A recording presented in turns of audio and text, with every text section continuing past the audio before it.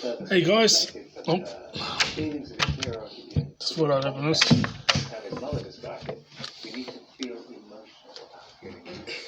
I don't need to lock it because the wind's not blowing like crazy.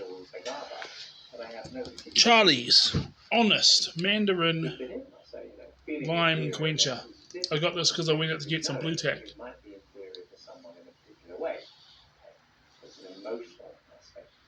Time to stop my musings and focus outwards. I smiled at Tammy and welcomed her. She was diffident but friendly.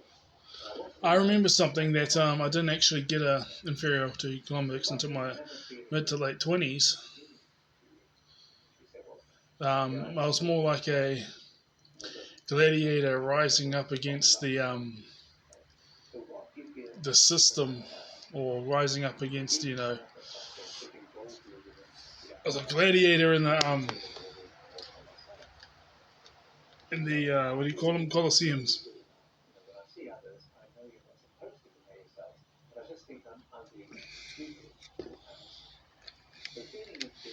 I had to go there and prove how awesome God is, and God is going to use me for this big revolution, so that all those who are looked down upon and spat down upon and trampled and stamped down upon will rise up and win.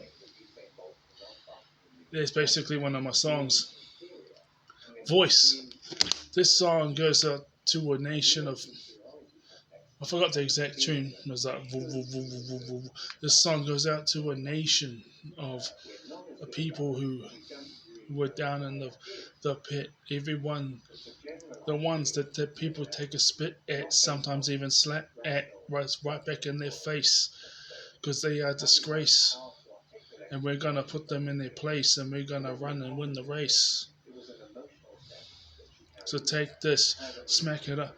Take this, I'll smack it on your snout, because I'm the one who's going to show you what we're about. This type of thing, So that's the type of stuff I was writing in my teenage years, early 20 years.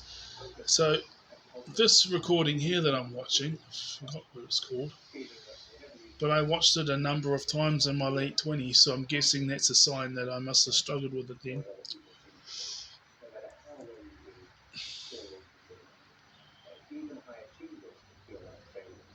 Even high achievers can feel like failures. Resentment and envy, and possibly guilt about those feelings. Guilt about those feelings? I didn't really have that. Now, here's the thing. Yeah, that's that. Okay? What is it? We are social creatures, right? I'm pretty sure that the Neanderthals and the Denisovians and, those people where autism and ADHD come from, they would have had, they worked together enough to survive. The DNA lasts till today. Maybe we still are them, but they've portrayed us in a certain way, like these ape-like people or whatever.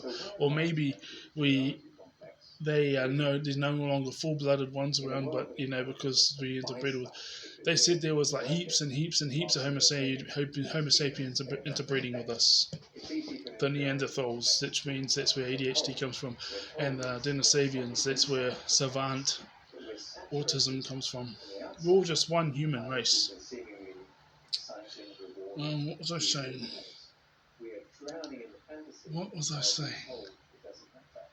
That's it. For example, on this phone, there's a relaxing thing I have is this game on the phone called Wrestling Empire.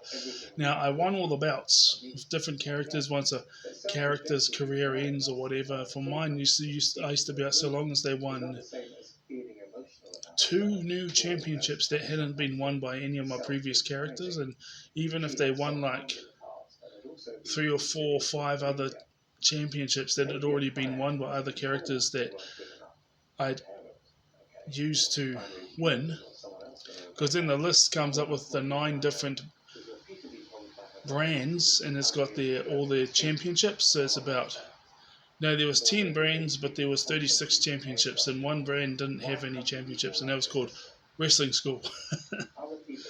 Oh, that was real life for me. I did wrestling training for 2 years, and I even did like sit-ups and takedowns for some wrestling shows. So yeah, but it was like you go in there and you like have a match and stuff. But it's very different. It's very very different. Like your teammates and stuff at the wrestling school.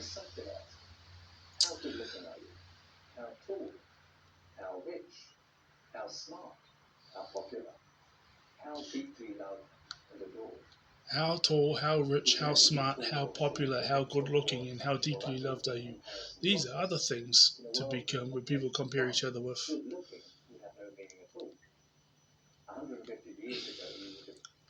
Good looking wouldn't mean doesn't really mean anything at all because 150 years ago people's idea of good looking is totally different to today.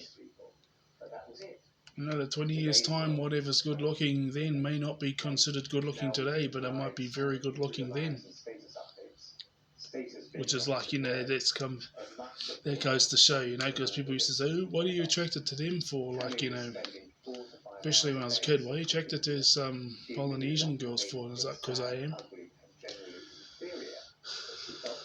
But here's the thing.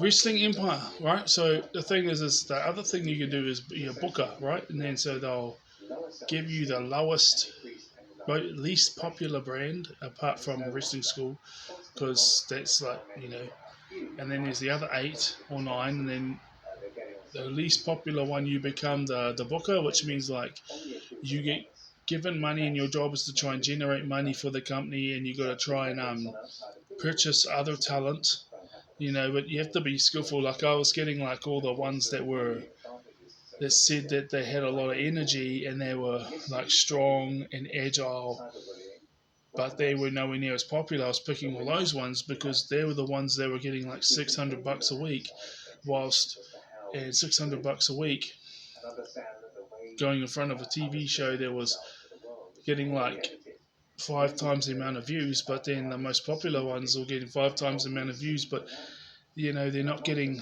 $2,000 a week like my wrestlers were. They're getting like $9,000 a week or $10,000 a week, and then there's the ones right at the top. So I got those $600 one guys and said they had 2 months left in their contract, so I changed it. Like, we'll offer you 4 months in the contract, and we'll give you not $600 a week. We'll give you $2,000 a week. Downside guarantee means like if you get injured, we'll still pay you the money every single week. And then they join. The next thing you're feuding all these guys, and then the audience becomes accustomed to them. So it's like that. But here's the thing.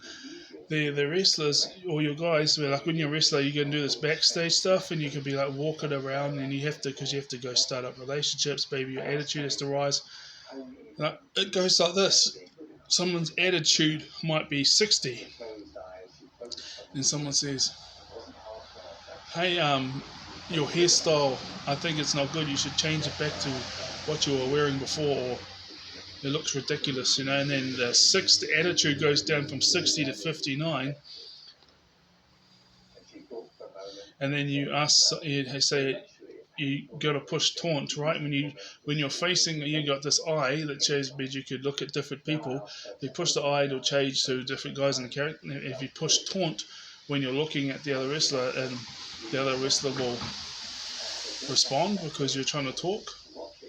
And if the wrestler says, "Sorry, I don't have the time to talk to someone like you," or what would you like to talk about? And you say like, "I'd like to get to know you better," or "Can we be friends," or something, and then they reject you, then the attitude will go down to 58.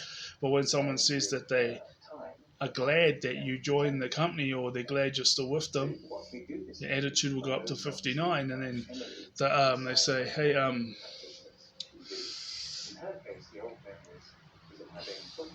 I'm glad to see you win that match against such and such. I don't like such and such." Then the attitude goes up again. And that's how it is. It can actually be how it is in real life. And so if you get told over and over and over and over and over and over negative, it's going to be very much harder. So I've actually had a very, very high self-esteem in comparison to how the rest of the world would react, and how I was treated, And my future is bright. Amen.